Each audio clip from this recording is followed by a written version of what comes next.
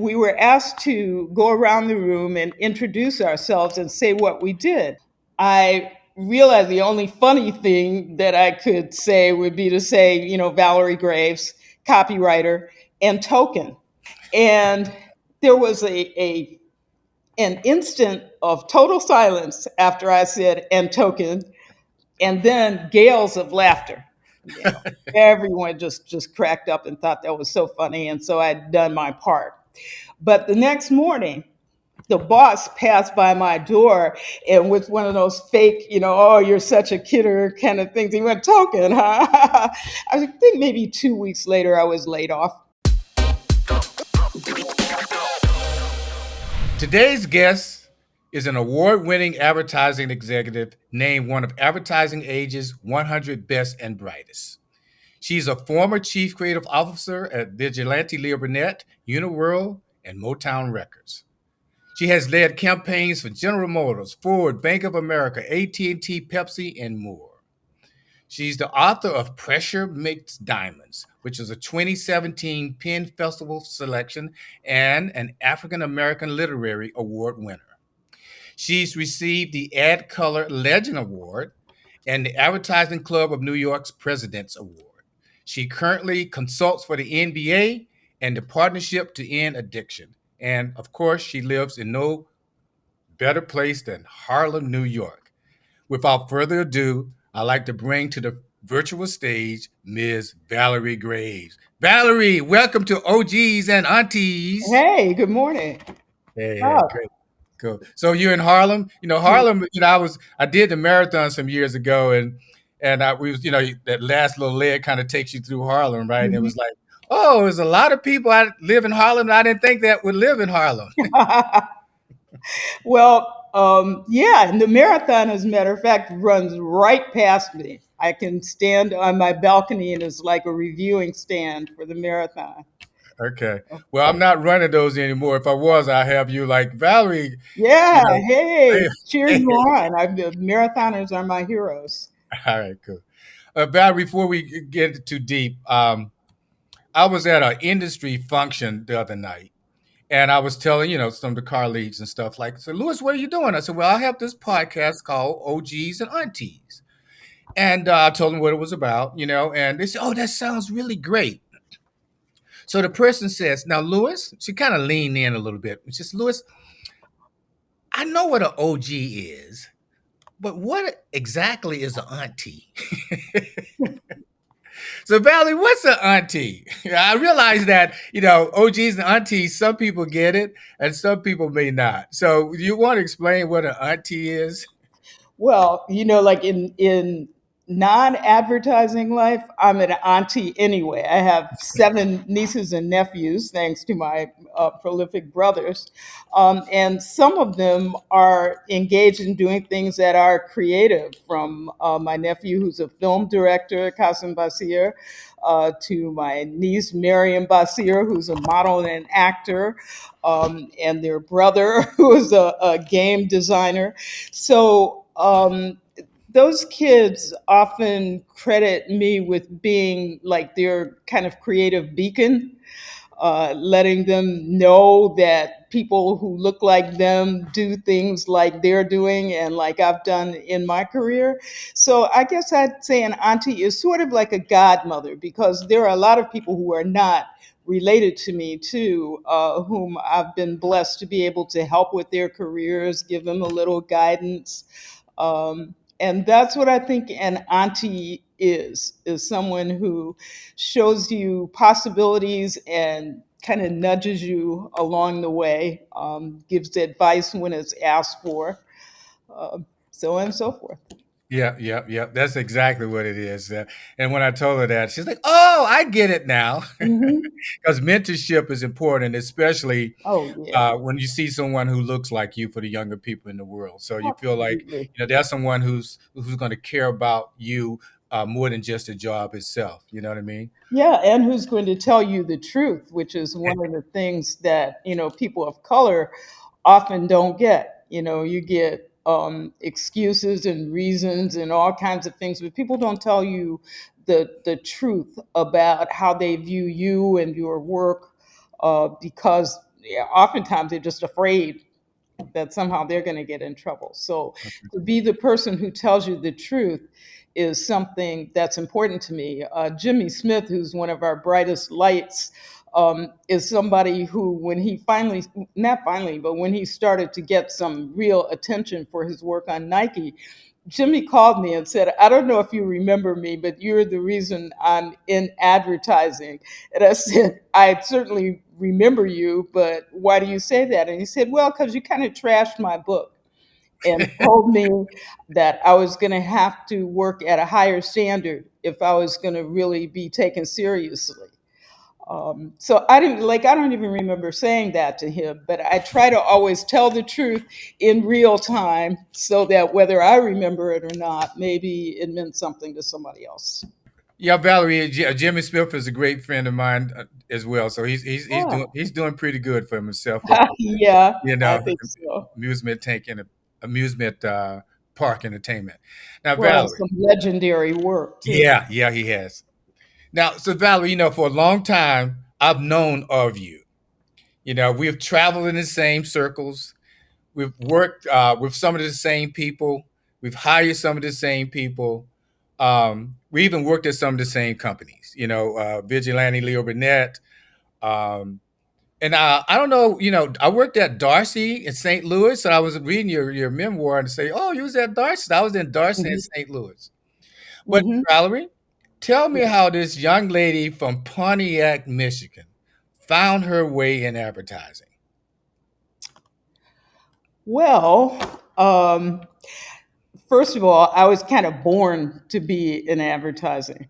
I was always that little, weirdo, creative kid, considered to be, very bright. And so I just always thought that I was going to do something creative and cool for a living that nobody around me was doing. I mean, I didn't see people. A successful person in my childhood, in my neighborhood, was a teacher, a doctor, a lawyer, something much more conventional. But I always sort of saw myself doing this. I was a kid that my mother would come home from work and find 40 kids in the backyard because I was putting on one of my, little productions, starring me and anybody in the neighborhood that I could draft into it. So I was kind of born in a creative department that was, created by me. So there was that. When it came to becoming a copywriter, I had majored in English.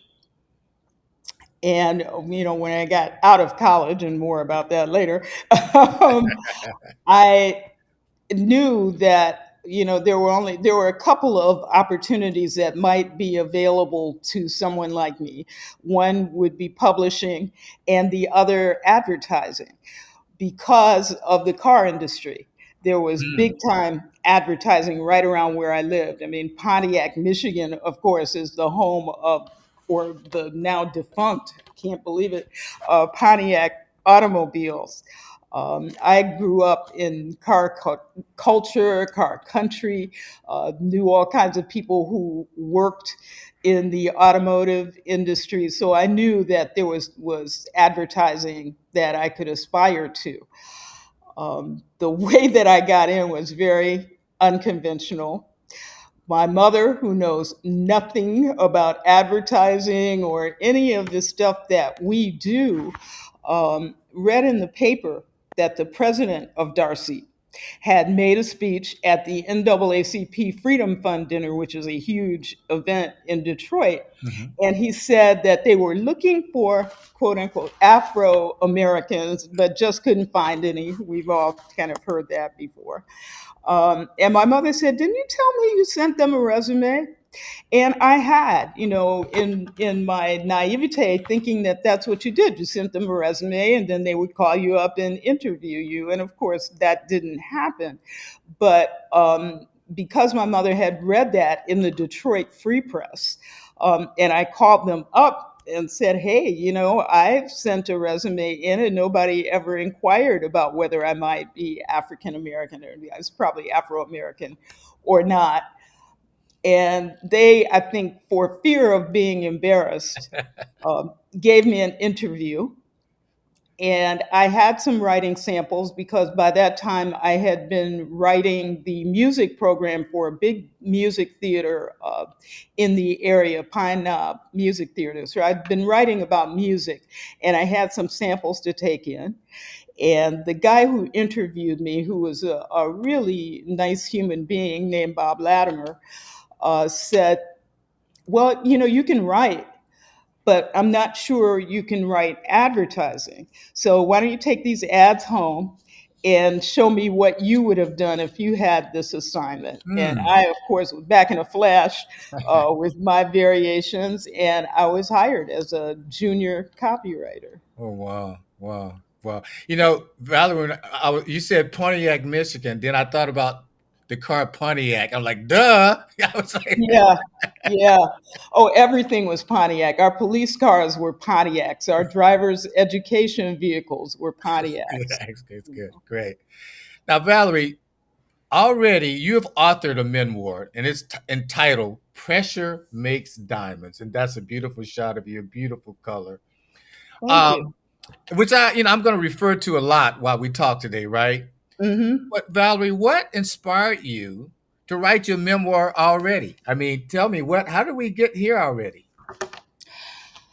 And Valerie, I'm going to put it right here. Okay. If you don't mind looking at yourself the whole time, you all right? I think I can stand it. Okay. A at the time new friend of mine from my hometown, a guy named Zev Shafetz, who writes books for a living. Um, After we met, we were both kind of being honored by our hometown, um, and he pitched my story to his agent Okay. without my knowledge. Hmm. And when she showed interest in it and said, "Yeah, well, let me talk to her because, everything is in the doing," um, that's how I came to write it. I was in a non compete year, the beginning of a non compete year from my last job. And so it kind of gave me something to focus on and something to do. And I wasn't sure I could write anything longer than a 30-second spot or, a block of copy. But my husband, my now late husband, Mhm. said, "Oh, you can write this though, because you know the story already." And that turned out to be the truth. Yeah. It's kind Yeah. of a memoir like mine is the book that you've had in you for your whole life. Yeah. And I Yeah. haven't written another one, and that kind of says something. Yeah. You are the story. So, Valerie, I was reading the prologue, and I was really tickled Oh, about good. the token. Tell us about the token comment you made at a meeting. And it was interesting when I was reading that because it's in front of your book, right? And I Mhm. and that token comment you made at this big meeting, it told me like this young lady was fire. She I could tell just from that sort of like situation. I like she's interesting. So just share with us that token story. Well, I was working at the Detroit office of BBDO, which was my second job in Detroit. And they had a dinner because even though we were a pretty small office, not everyone knew everyone else. And they had this fancy dinner at the Bloomfield Hills Open Hunt Club, which is pretty much what it sounds like. And for the entire reception at the beginning of the evening, we were being served drinks and hors d'oeuvres by people who looked like my family members, my aunts and uncles, et cetera, and I was the only African American person who worked at that company. They didn't even have, anybody in data processing or anything who was Mm, a black person. So I was very aware of that. And we were asked to go around the room and introduce ourselves and say what we did. Well, you've worked in the creative department, and the creative department influenced everybody else. So everyone was trying to be funny with their introductions of themselves and what they did, blah blah blah blah blah. That's one part of advertising I have never loved. I like, I love the work. I love working by myself or with my art director partner, but not that banter that always goes on, especially when you're, like in the midst of all these young white guys, and they're all trying to one up each other all Hmm. the time. I really never liked that, and it kind of made me uncomfortable, but I would try to keep up. So when it came my turn to say who I was and what I did, I realized the only funny thing that I could say would be to say, Valerie Graves, copywriter, and token.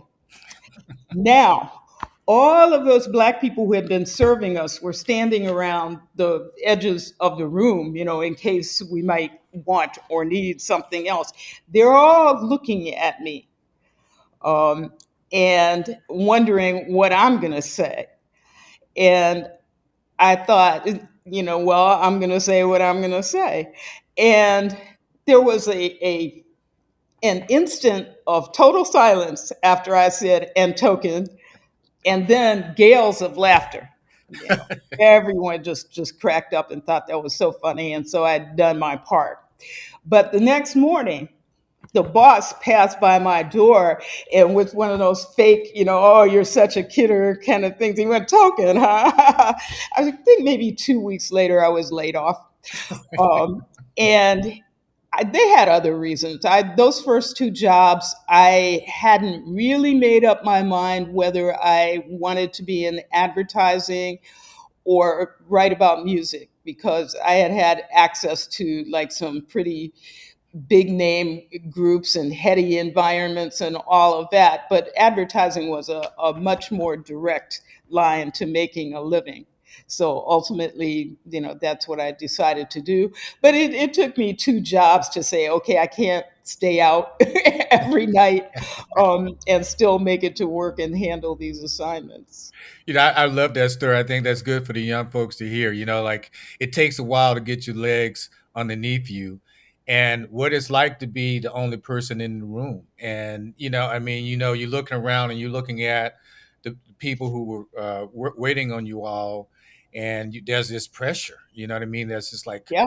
am I representing the entire race right now? Yes. That's That's the answer to that one. yeah, I mean, it's really it's a lot. It's a lot, Yeah. it's especially for someone young. I mean, you sit with all Yeah. these legendary people, high end, like high position individuals, and the light comes to you. What do you say? What do you do? So Yeah. we should probably young people rehearse that in your head. So if it comes around to that, you'll be ready for it.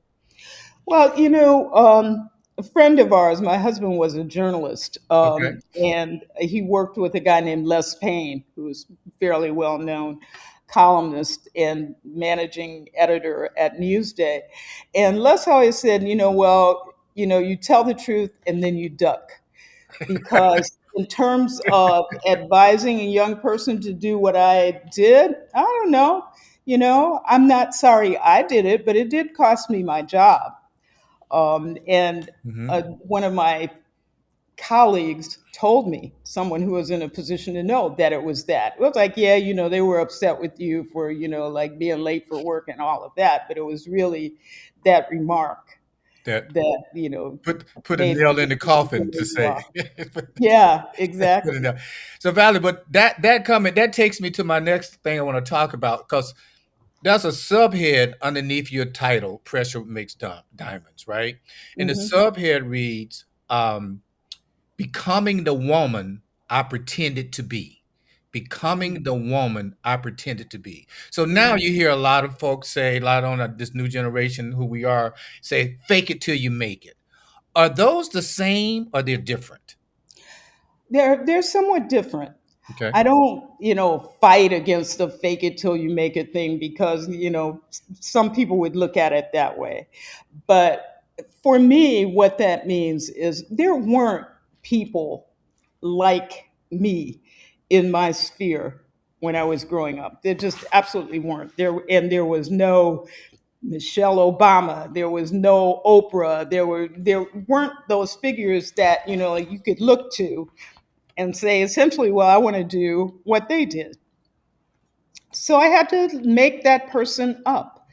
And I just became accustomed to doing that. There was always this version of myself that I was looking to become and using as a model of how I wanted to look, present myself, what I wanted to be doing for a living, all of those things, because I needed something to inspire me, to live up to look up to, and ultimately, because I had a child when I was a pretty young teenager, Mm-hmm. to rescue me, to let me know that my dreams did not have to fall by the wayside just because I strayed off the path, you know. Hmm, hmm, hmm. So Valerie, I was just talking about some of the work you did, and you talked about a piece of creative that changed things for you, and Mhm. it was a piece you did for the Dow Chemical Company, and it was for their industrial glue product. And I love Mhm. this headline. And the more I love, the headline was, "Why not stick with the people you know? Why not stick with the people you know?" And I just thought that for industrial glue, and it was something about that line that makes me feel like a black person wrote it, but it's so great. I don't know what it is. It's just something. It was just had a heart to it. But tell me, how did you said that line changed things for you? What happened? Well, you remember I got that first job as a junior copywriter, Okay. right? Okay. My first day at work, they said, well, you're going to be a junior copywriter, but because you don't know this business at all, what we're going to do is we're going to send you down to traffic department, and you're going to work with the traffic person for a while, and right? Sent you to the So basement, huh? yeah, yeah, literally. And on the way to the basement, Mr. Latimer, who hired me, stopped by the office of the creative director, the big honcho, and said, "This is Valerie," and told him what the situation was, and he looked at me and said in a very dry fashion, "You're very lucky. It took me 2 years to get out of traffic." That was my welcome from my new big boss to my dream job. So I went down to traffic. Well, I had been working for years in a hospital as a ward clerk, Okay. which is, fairly complicated job. Um, and what they did in traffic was nothing to me. It was child's play Hmm. to traffic and add through the system. So I finished any little assignment that they gave me, in a half hour, and then ran back up to the creative floor to say, "Oh, is there anything I could write? Could I help out?" Um, and so somebody gave me this Dow Chemical glue ad, which of course people were not lining up for, and said, "Why don't you take this brief and do this?" And within the day, I was back with that headline. And they said, "You know what? Maybe you should come up, we should move you up to the creative floor." So it changed everything. I was supposed to be in traffic for 2 weeks. I was there for 4 days. Hmm. I'm very proud of that. And it's kind of an emblematic experience of what happens for a lot of us in this business is you're underestimated, Hmm. Hmm. you know? Hmm. And they underestimated me. And so that allowed me to stand out. Yeah. That's a good line. That's a great line, Val. Why not stick with the people you know? For a glue company? Oh, Oh, listen, yeah, there were a lot of fun Dow Chemical assignments that were and, out you there. know, it's not the most sexiest account. You know what I mean? It's No, like no. so, Valerie. So, in the general market world, we're going to talk about how you and I both worked at multicultural agencies, but we're not there yet. So, Mhm. you worked at Darcy, and what was this? Darcy was your first agency. So, how many, we call it general market sort of agencies you worked at? I mean, early on, and what were some of those experiences there, positive and negative? I worked at, let's see, one, two, three, four general market agencies. Darcy and BBDO in Detroit. I worked at K&E, Kenyon and Eckhart, which doesn't really exist anymore. Yeah. In Boston, where I moved just because I wanted to hit the reset button once I finally had made up my mind that it was going to be advertising for me and not writing about music or being involved, with rock and roll at all. So I moved to Boston. I got a job at Kenyon and Eckhart, which is funny because I never doubted my ability to get a job in advertising after I'd had those two jobs. Hmm. But in Boston, I was the only Black creative in the city, period. Wow. And so it was even more of what I had experienced before of being the only. There was always a good guy who would hire me or who thought that it was, like made them hipper, that they hired the Black chick from Detroit. Oh, come on, From Detroit. right? Okay. So a guy named Carl Castleman hired me at K&E. And I worked there for 2 years. Was it two? Almost 3 years. And then I moved back to Michigan really because my husband and I had gotten very serious. And I moved back to Detroit to be with him. And for me to move back to Detroit, really, I was in love because Yeah. that was not part of my plan. And I went to work at an agency there called Ross Roy, which Yeah. was, an old white glove advertising agency. Mr. Roy was still living when I went to work there. He was in his 80s and would sometimes be found just kind of wandering around the halls at Ross Roy. But they were in the process of modernizing the agency. And once again, I think that I had some experience under my belt by then, but I think they also thought it was kind of cool to hire the Black chick, especially since they were the last agency that was actually in the city of Detroit. Hmm. So that's how I ended up there. Okay. So Valerie, okay, we hit those general market spaces. Okay, we did good. We got ourselves fired. And I always say, you're really not in your career unless you've been fired once. Fired, that's right. Not even real unless you've been fired. That's been, yeah, right now the game starts. The clock really begins to tick, because Yeah. it makes you sort of reflect, what did I Hmm. do right? What did I do wrong? Hmm. If I had to do it all over again, what would I do? So it really kind of just a good like cold slap in the face. So Yeah. we hit these general markets, and then you landed at the Uniworld Group, which is a African American agency in New York City, founded by the great Brian Lewis. We got to talk Byron. Byron Lewis. I'm sorry. Hmm. What made you make the decision to go to a targeted agency? Um, that's a little bit of a two-part story. Okay. Um, I told you I moved back to Detroit to get married to be with my husband. My husband decided to get a master's in journalism at Columbia. So we moved to New York, and I had been working for Ross Roy, and a guy, there actually was a Black vice president at Ross Roy, who contacted Byron for me because I thought, well, I'm going to be in New York, but only for 1 year. Maybe I should use that time to get some experience doing targeted advertising. Hmm. So, sure enough, I went and had an interview with Byron, and it went so swimmingly that like I actually had to cancel my next interview, which was with Carolyn Jones at Mingo Jones Finger Jones. Uh huh.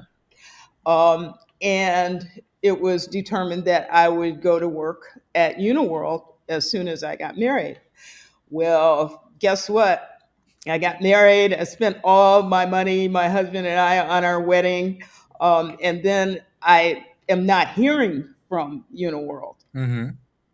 So finally, when I called them and said, "What's up? Where's my confirmation material?" Blah blah blah. They said, see, what had happened was What had happened was, they didn't actually say that, but I know, I it know. was like that. They didn't get a piece of Clairol business that they had been counting on, so they weren't going to be able to hire me. Um, and so here's a few bucks. I think it was like $300 or something. Sorry about that. So that was my first experience with Uniworld. We did move to New York anyway, of course, because my husband was in grad school. And after maybe a couple of months, I got hired by J. Walter Thompson. The thing I remember most about that is that we had $60 left to our names. We had some $60. money we had some money coming from grants and all of that, but you never know when that money is going to arrive. Uh-huh. We had a great apartment in Columbia graduate student housing, so we were set in that way, but we didn't even have a telephone because we didn't want to spend the money. And I got a telegram hiring me at J. Walter Thompson. Well, during that year at Thompson, Uniworld, Byron contacted me and offered me a great freelance gig. So that was wonderful. And it was, freelance with Uniworld was like spread ads in every Black publication, radio for AT&T, which I think it was still the Bell system then. Mm-hmm. Byron had an idea about communication going beyond just technology. And he featured some of the great communicators. So we had people like James Vanderzee, the Mm. legendary Photographer. photographer, Mm-hmm. Marva Collins, who founded Westside Prep High School in Chicago, Elma Lewis, who founded Mm. Shakespeare in the Park in Boston with Ooh. young Black kids doing Shakespeare.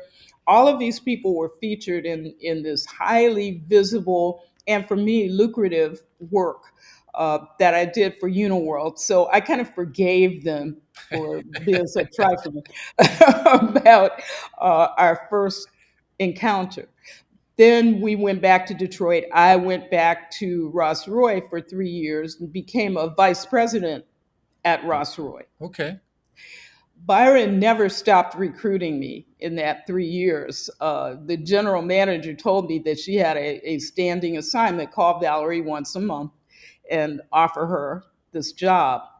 Well, after I became a vice president at Ross Roy, I knew that I had probably hit the glass ceiling there. I mean, Mm-hmm. I'm sure they thought I should be like jumping up and down, all of that, because I had reached that level. And it was a level to reach, the line of credit, the free car, because they had car business. So I thought, I'm not going any further at this company. And I decided to take Byron up on one of his offers. Okay. And that's how I ended up at Uniworld. It's so funny about the love-hate relationship with creatives, right? We could be really pissed off, but as soon as we get a good opportunity creatively to work on something we love, then all of a sudden it's okay. Yeah. And get paid? Oh And my. get paid. It's like I was mad at him, but now I just did this piece I love. I'm working on this account I love. It's okay now. So it's so funny how we are Yeah. when Yep. it comes to that. Yep. So Valerie, it's interesting, being in general marketing agencies and working at a target agency. Did you see things that you created, ideas or campaigns that you were able to create at a African American agency that just wouldn't have happened anywhere else? I would say that was true of most of my work. Okay. Um, at a targeted agency. The very first campaign that I did at Uniworld was a campaign in support of historically Black colleges and universities that was part of a much larger effort, and more about that later, with General Foods and historically Black colleges. So we created a campaign called America's Black Colleges. Are you smart enough to go? I like And that. I like that. I like that. and the insight there was that going to an HBCU was, and I'm sure still is, to be able to take a vacation in a sense from racism, Hmm. to be able to do whatever was being done there was going to be done by a black person. So why not you? One of the ads in that campaign that I really loved was a beautiful shot of a black Cyrano de Bergerac, with the long nose, and the headline was "No typecasting." Um, Nice, nice. and it was about how there is no color barrier at HBCUs. They could be doing Romeo and Juliet, but both Romeo and Juliet are going, and everyone else are going to be black people in those roles. So that was the very first thing that I did there. But part of my philosophy about doing targeted advertising was I was one of those early people saying what's black about it, Hmm. because Uniworld had major accounts. That was one of the things. When I said I was going there, nobody had ever heard of Uniworld, but boy, the clients, Burger King. We did not have Pepsi yet, but Burger King, General Motors at that time, Hmm. General Foods. So there were big name clients, and they all had general market agencies. And at that time, we always kind of had to follow the general market campaign. But I really saw my role as being an interpreter of those campaigns Hmm. for African American audiences. Hmm. So, I was always asking the question of myself and of my staff, because I went there as an associate creative director. What's black about it? You Hmm. always had to be able to answer that question for Yeah, me. yeah. It and I'll say this: I've been in my career is and you may have heard this too, where people would say to young people, don't go to a targeted shop where there's African American, Asian, Hispanic, and they would say to you, because that's going to kill your career, because that's all people going to think that you'll be able to do. And a lot of young people have sort of like would shy away from that. But what I'm noticing now from teaching some of the classes I teach now, like the one school for the one club, a lot of the young black creatives are yearning for that. They want to be in a place where they can, speak to their own audience and it's not seen as this typecast thing that you'll never get out of. Mhm. You know. Well, I think in a way that admonition is warranted. Yes, yes, agreed, agreed. I went to Uniworld right after I was nominated and selected to be one of the 100 best and brightest. But I was working for a general market agency that nominated me for that. Hmm. By the time it came out, it looked like I just came out of Uniworld and into Uh-huh. that. But that's the kind of opportunity that didn't happen for people who worked at agencies like that. Over the course of a career in which we won many SEBA Awards, which was Creative Communications Excellence to Black Audiences, and Hmm. that was the award that Byron cared about. He did not. He considered it a waste of money to enter things like the Clios. Because he felt they didn't understand what we were doing and All would right. never award it. I found that to be the truth. But more to your question, I was never recruited again by a general market agency Hmm. once I went to Uniworld.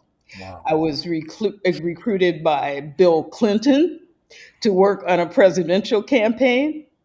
I was recruited and hired by Andre Harrell to be senior vice president of creative services for Motown, but I never got a call to come and be a creative director at any general market agency again.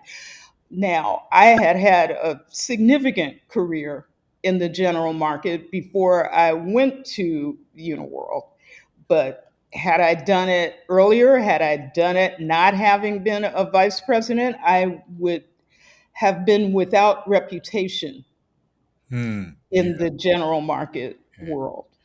So, Val, when I was at Burrell, it was to your point and well taken.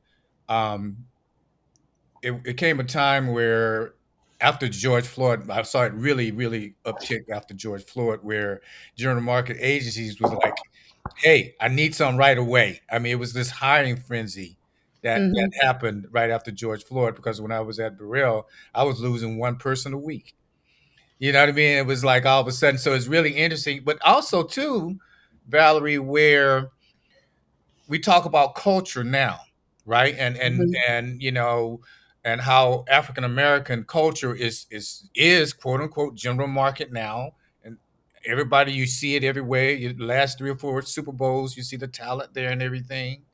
And it's interesting how that was over here for so long, and now all agencies are, chopping at the bits to get a piece of it. And it's just really interesting to see how that changed.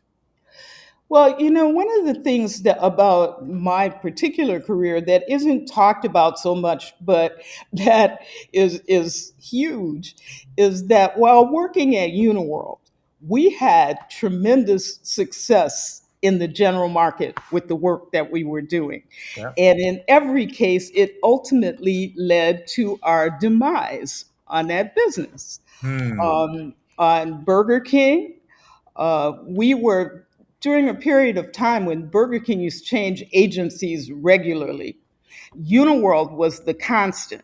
We were the one who was always doing that. So finally, at one point, they decided to let us compete to be the formally named interim Oh, interim. agency Oh, while they were searching for a new general market agency. mm-hmm. And actually, we beat Saatchi and Saatchi in order to win that $100 million media assignment, but we weren't allowed to talk about it. Wow. Formally and specifically, we're not allowed to talk about it. It got out anyway because I happened to be married to a journalist, and there was a reporter at his paper who was very interested in the story. But that reporter called me up to say, they don't want the story to get out. So that was one of the things that happened. And also our campaign, which was very unusual and had like very unusual restrictions on it. Like, we need you to relaunch us as a burger place, but don't make your campaign so good that a general market agency can't overcome it. What kind of an assignment is What that? what kind of assignment is that, Valerie? Right? But we did it. We had a campaign called "We May Not Be Number One, It Just Tastes That Way." Okay, Nice. for the first time in maybe ever, I can't remember now. Burger King outsold McDonald's. The Hmm. Whopper, you know, overtook McDonald's product, the Big Mac. um, there is a plaque that was given to one of my creative directors to really document that fact, because he said, no one is ever going to talk about this. And the plaque says, "You may not be our number one agency. It just looks that way." Great. And it Wow. was a beautiful graph of what happened to their sales because of our campaign. Wow. Wow. Our AT&T campaign with Marlon Wayans for Collect Calling really just kind of drove David Arquette's campaign off the air Wow. because it was so much funnier. And he was so much more suited to it, and that Arquette's people, it is rumored, this I can't say for sure, but it is rumored that his management told him, like, you need to like not renew your contract with this. It's just kind of making you look bad. Wow. So Burger King, AT&T, Pepsi, campaigns that we did for Mountain Dew with Busta Rhymes, Wyclef Jean in Brazil for Pepsi, Pepsi Dance, which is one of my favorites. They would just steal the general market rotation.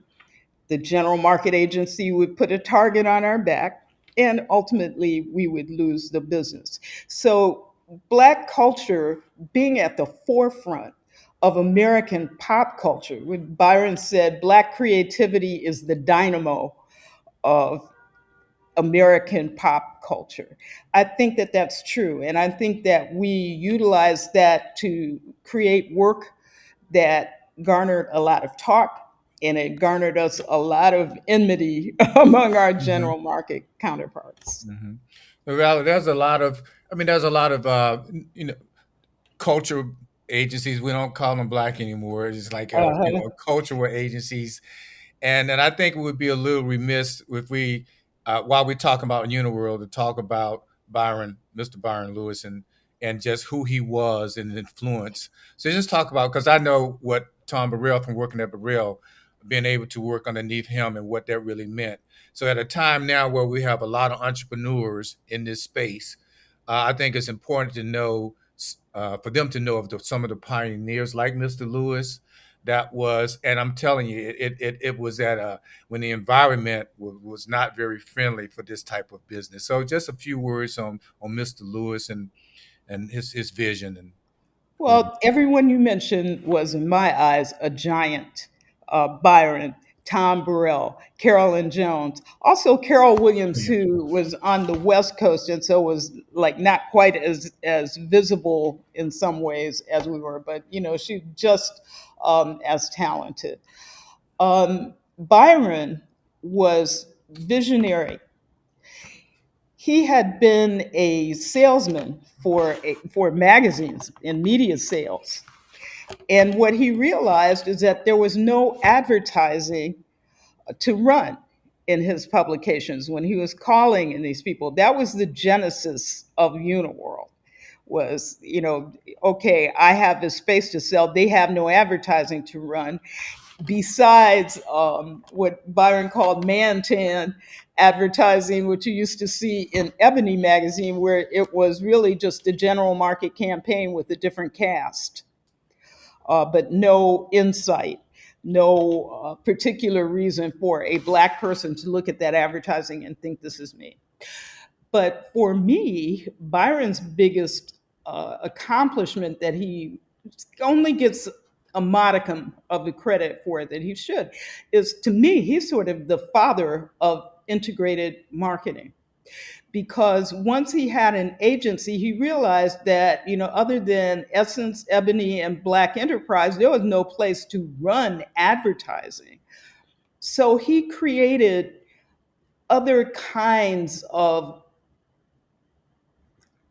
media vehicles to interact with the audience. Hmm. He created the Black college fairs, which brought these mostly Southern based colleges to Black urban centers. So the colleges were down south, but a whole lot of their potential audience was in places like Detroit and Chicago, and Atlanta is down south, but anyway, he created the Black College Fair. He created the what initially was the Acapulco Black Film Festival in order to show the country of Mexico that he could attract a Black audience, and they would come. But Byron did this over and over and over again. He created a Black soap opera. That was one of his earliest vehicles. But where there was no place to put his brands, he made a place to Mm. put his Mm. brands. And I really took a lot of that from him in creating things like the Coors Light Show, which was a way of introducing the Coors Light brand to hip hop culture, not so much by advertising, but by these events that we were putting on in the Black centers of America that featured the pillars of hip hop culture, that showed music and fashion together, associated those things with the Coors Light brand, and made the brand more acceptable to a young Black audience. Also, what I'm currently working on now, my event that I created in South Africa, I took a big cue from Byron Lewis. Afro Games is to introduce basketball and all of the benefits and opportunities that it can bring to the youngest place on the planet, Africa. And we do that by associating basketball, which young Africans are not growing up with. They grow up playing soccer Rugby, and rugby. rugby, Yeah, yeah. but they are all into hip hop music, urban fashion, and all of these things are part of Afro Games. And I owe all of that to Byron Lewis. And I'm happy to say I had an opportunity to talk with him about it. And he said, you know what? It's the right idea at the right time in the right place. You are going to be successful. Right. So, So, Valerie, how was it to do a campaign for a president of the United States? So you on set with the Secret Service and everybody. I mean, did they? I mean, how was that? How was that camp? What was that experience like to be with future president of the United States, which was Bill Clinton, to do a campaign for him? So what? Give us the tea on like what's like to shoot a president to be on set with him with the president. well, once I stopped pinching myself, just that like it was really happening, that I was really there and really working on a presidential campaign, it was fun. Bill Clinton was a lot of fun to be around. It was also one of those situations where one day you're at the governor's mansion in Arkansas shooting a commercial with the man that you're hoping is going to be the future president of the United States. And the next day you're at home watching it on TV like everyone else. A presidential campaign is a huge thing, so there are people who are working on it every day. And there were people like me who they would call in and say, we need some commercials about X, Y, and Z. There are focus groups every night, so things change at lightning speed. But it was a great experience. It's always great when you win, number one. Yeah. He was a terrific person. He is probably the single smartest person that I've ever met, and I've met someone. He's certainly the most charismatic person on a heroic level that I've ever met too. And there was something to be learned from that too, which is when you were talking to Bill Clinton, it was all about you. Hmm. If he were talking to you, Lewis, you'd say, well, Lewis, now, if I hadn't gone into politics, I might have been an ad man. What can you tell me about that? And Hmm. so you love him instantly, right? Yeah. Because he Yeah. wants Yeah. to know about you. As for the Secret Service, I actually have a kind of funny story about that. When we walked in, they were the first people to introduce themselves. They were like, "Oh, hey, hi, how you doing? You here to shoot a commercial?" As if they really care about that. But what they're really doing is checking you out, Hmm. even though we'd already been through background checks by then. And then they just kind of disappear into the woodwork, and you forget that they're there. But at one point, I wanted to tell Bill something in between takes, and I ran over to tell him something. You don't want to run toward the candidate for president. All of a sudden, there was no secret about the Secret Service. They were like all moving in my direction. And I kind of tripped over a cable and ended up in front of the candidate in a kind of a curtsy. And he said, nice feet. And I said, yeah, I'm just a regular Grace Kelly. And he said, no, nice feet. And I realized that he was pointing to my freshly polished toenails because that was him too. You That was know, he always took notice of things about women. I will say that. yeah, he's known for that. But be careful. Do not run when you No, when the do secret is not run in the direction of the presidential candidate. okay. Now, Val, lady, I mean, God, I'm listening to all these great experiences and talents. Now, you were recruited by the late Andre Harrell, right? Respectfully, Hmm. Hmm. to go over and do your thing at Motown. Now, add career. Now you back to the entertainment world. Hmm. Different industry, different rules. But as you tell me that you always had this thing for music and entertainment anyway. But it can be brutal over on that side. So how did that happen? We had done some work. I don't know if you remember farm aid, that kind of thing. Yeah. It was like, these were all responses. Well, Andre created something called urban aid. Andre reminded me a lot of Byron too. Hmm. And he came to Uniworld to ask us to do like advertising support for urban aid. And that is how we met. But Andre being Andre, Andre was like um, a spotter of talent, in a lot of ways, not just artists, but a lot of the people who work for him. And I crashed a meeting that he had with Byron Lewis because I wanted Andre to know who I was and kind of remember who I was, because I had met him at a restaurant when we did the Coors Light show, and I just kind of walked up to him and said, I hope you'll be part of it. So I waited for my moment.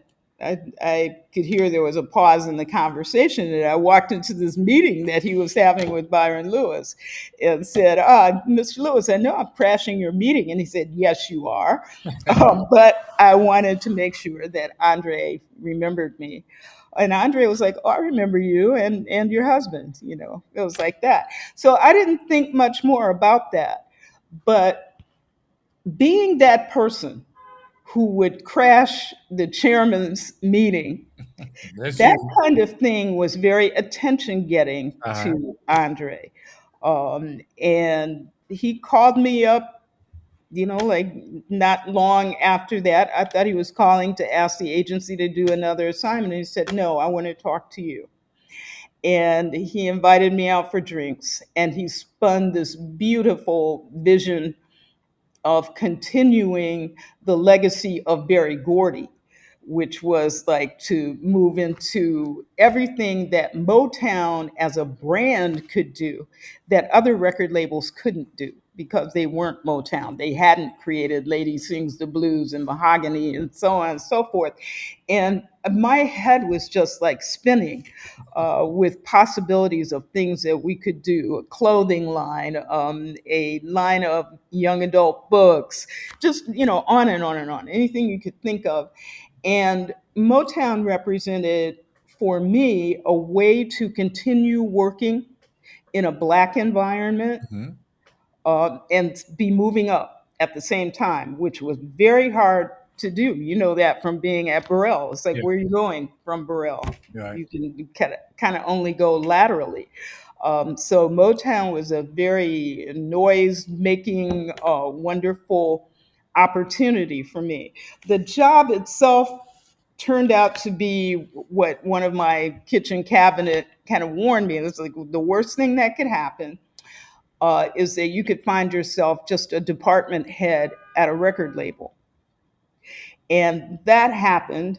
I was head of a department at a record label that was struggling to come out with any hit artists because they had overpromised what they could do.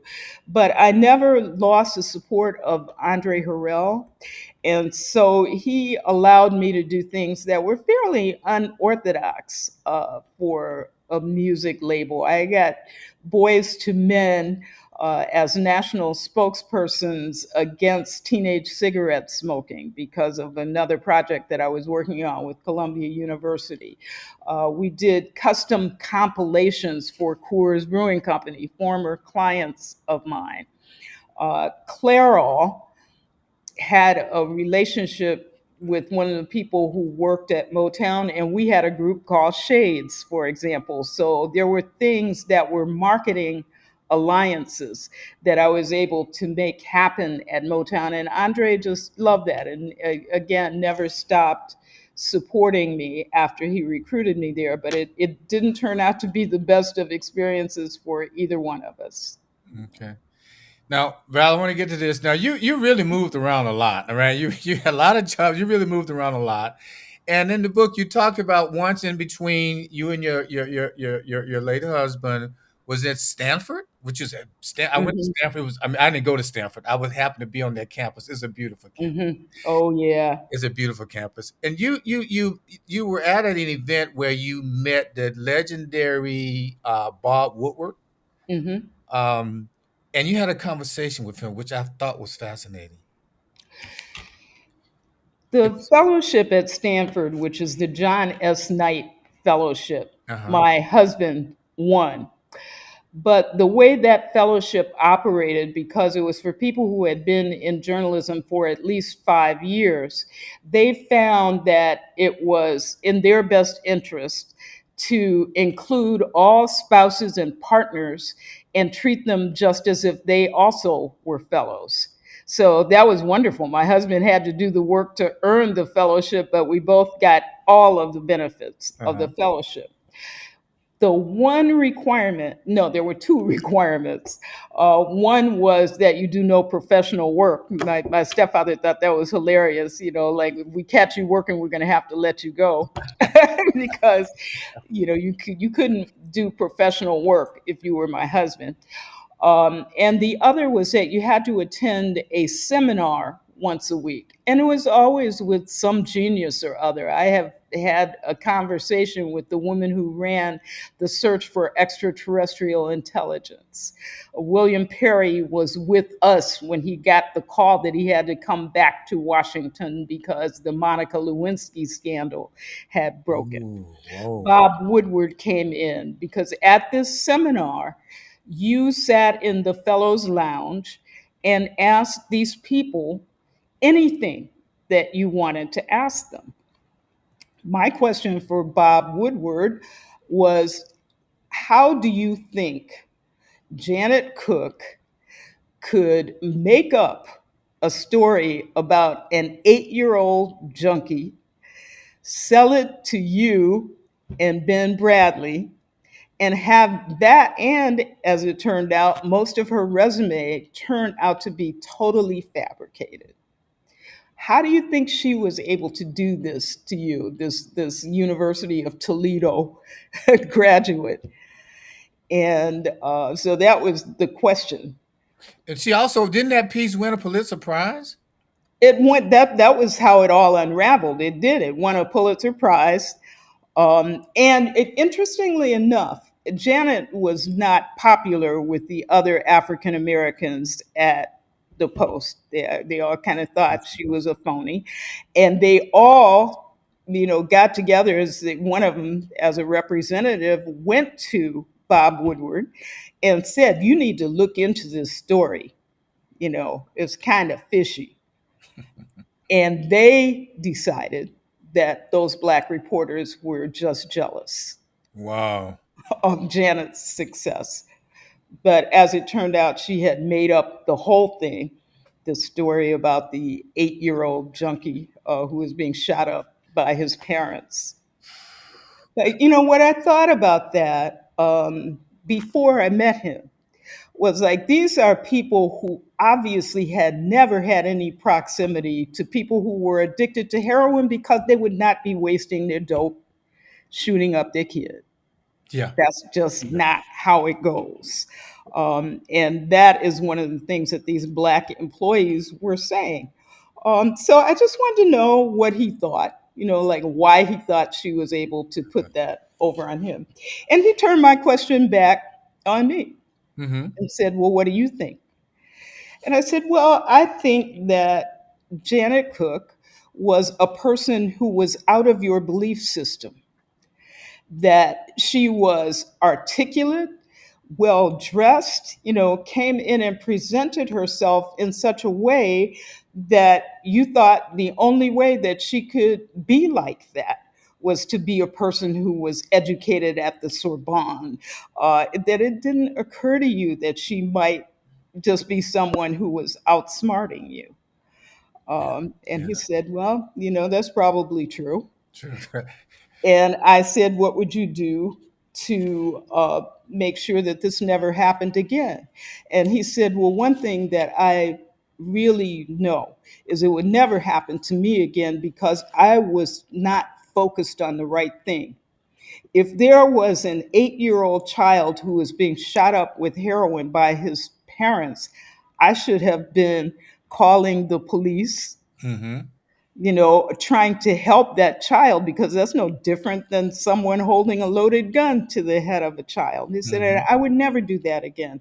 That's what I took away from it. That's what I learned. He said, you're probably right that Janet looked the part. And so I just believed what she told me. You got to think about, here's this investigative reporter that broke one of, when you're talking Watergate. I mean, you Mhm, know what I mean, right? But yet he just was so just out of sync of really black life and what goes on and how he was mhm. just sort of played. It's really amazing. I just thought that was really great, and just the example that shows that people can get at a certain level, but at the same time could be totally oblivious to some things in someone else's culture.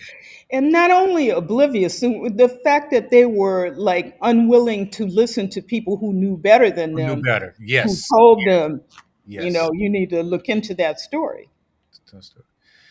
So Valerie, you've been so many places, done so many things, you know, almost got yourself killed by rushing the president to be.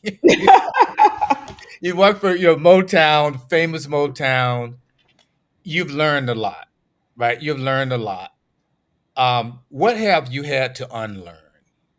I mean, you know what I mean? If I had to say, because we just concentrate again, like what I learned. But sometimes you have to unlearn some things. You have a one thing that you would like to unlearn, or that you had to unlearn because where you are now? It's something that I am still unlearning because, for example, doing the project that I'm doing in South Africa is an expansion of what I've done before. It kind of encompasses everything that I had done and doing more. And that is self doubt. You Hmm. know, I don't believe in imposter syndrome exactly, but I do know that there have been times, like when I started this last project, it was like, I don't know if I can do this. And one of my future team members said, well, you don't have to do it. You just have to do what you've been doing for the last 25 years, which is put together the right team of people, share your vision, and they'll all help you do it. And I just thought about that, you never, it is a hard thing to outgrow doubting yourself, especially when you're about to do something new. So, yeah, that's something that I've had to I learned. Cool. unlearn. So, OGs and aunties about veteran creatives like you and myself, and it's like, hey, we still doing it because I like to say creativity has no expiration date. And you spoke about some of the things you're doing now. So that's the effort you're doing in Africa. Any other things that you want to let us know that you're working on now? Oh no, that's quite enough Yes, doing that's enough, right? Afro games, and especially in this really challenging sponsorship environment that we're in right now. And I would like that to be my last advertising project, and maybe I will finally retire. Um, it's hard to believe that I'm really going to do that. I'll probably retire to doing nothing but pro bono work. Yeah. because right now I still do a lot of that. I work with the Advertising Club of New York, where I was on the board of directors for many years. Now I am on the steering committee for their diversity efforts, including the Women's Masterclass, the Women's Fellowship, Mhm. which is now in its 10th year of the Mm. Advertising Club, was actually had its genesis in my husband doing that fellowship at Stanford, and my talking about it to the board, the relationships that are built, the networks that are Yeah. created. We had friends, still have friends all over the world because of that fellowship. Okay. So, Great. Well, Valerie, thank you so much. I got to know you, and it's been really yeah. wonderful talking to you. And I just want to I got to plug your book if you don't mind. I mean, I'm telling you all, this is a really great read, and this is just the tip of the iceberg of this talented young lady here, Valerie. Thank you for being a guest on OGs and Aunties, and you're not going to retire. I'm going to tell you that. You're just going to keep going. It's just not in you to stop. Not that little girl from Pontiac, Michigan. They used to have plays in her backyard. So Well, from your lips to God's ears, I'd just be happy to be only doing pro bono work. But I also will not leave Afro Games until it achieves the level of success. We had a great inaugural event in Johannesburg, and I really just want to build on that. But after that, pro bono only. hold on. Okay, Valerie. Well, thank you, and I'll talk to you another 3 years. Good. I'll be happy to be here to talk to you in 3 years. And thanks for the opportunity, Okay. Lewis. This was really fun. All right. Thank you. All right. Talk to you later. All right. Bye bye. Okay. Bye bye.